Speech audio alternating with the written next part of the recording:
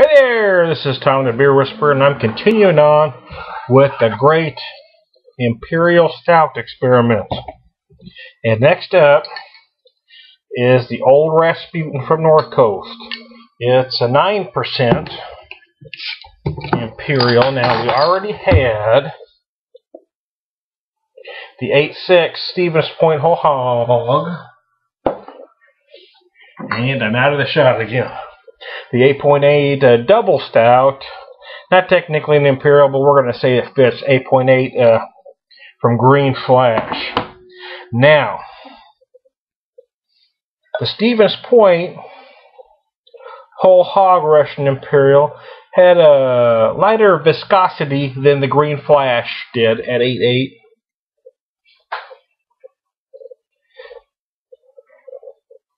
I'd almost call it a step-up Imperial, you know, if you're not sure, because it did have a much lighter viscosity.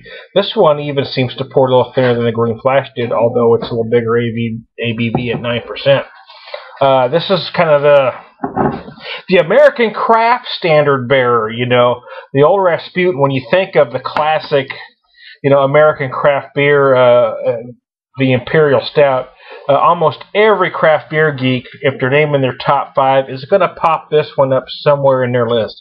It's the one, it may be the first one, in fact it was for me, the first American craft Imperial, Russian Imperial that you had. It's just one that's been around for a while, and it's just, you know, it's the classic.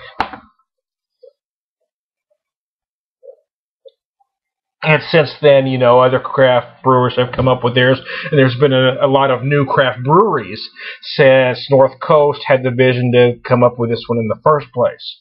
You know, up till then, you know, the classic, you know, traditional or European was obviously the Samuel Smiths.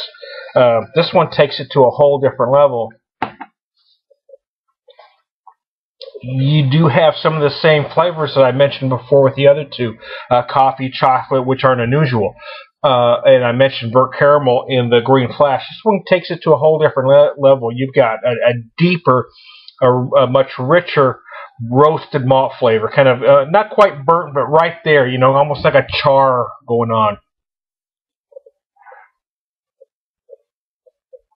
This one is gonna, you know, test your taste buds, you know, if you got the big palate, you know. It's like spicy food. I compare big brews to spicy food. You know, not everybody gets the flavors of a pepper. They'll eat a jalapeno or they'll eat a pepper, and all they taste is hot. But if you can take a bite of a jalapeno or eat a well-prepared spicy dish and taste the other flavors of the pepper other than hot, I think you're going to get beer, especially big flavors like this. And, you know,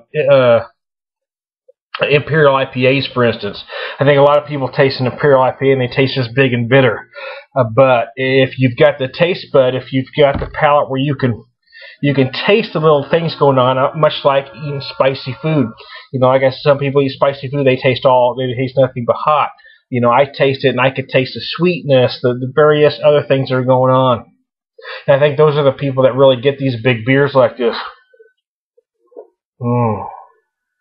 Very nice. Well, I'm going to try not to run this one too much longer than about 4 minutes, which is where I'm at right now. Old Rasputin. You can't kill him, I'm telling you. He lives on in the beer. Anyways, this is a good one.